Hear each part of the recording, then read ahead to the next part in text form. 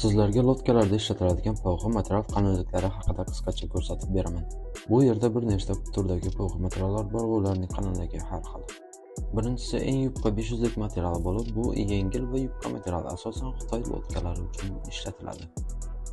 Bu esa 750 lik qalinlikdagi pog'i material, bu asosan Rossiya lotkalari uchun ishlatiladi.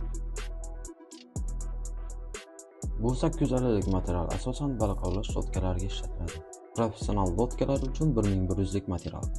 Masalan, mana shunday kichik lotkalar odatda 650 lik yoki 750 lik materialda ishlab chiqariladi. Bunday lotkalar esa 750, 850, 950 lik material, katta va kichik lotkalarda esa 1100 lik kabi materiallar ishlatiladi. Ko'rib turganingizdek, pog'i materiallar qalinligi bir-biridan sezilarli farq qiladi.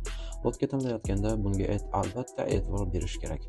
Agar sizga lotka remonti yoki maslahat kerak bo'lsa, Telegram kanalimizga kirishingiz mumkin yoki ekranda chiqayotgan telefon raqami orqali bog'lanishingiz ham mumkin.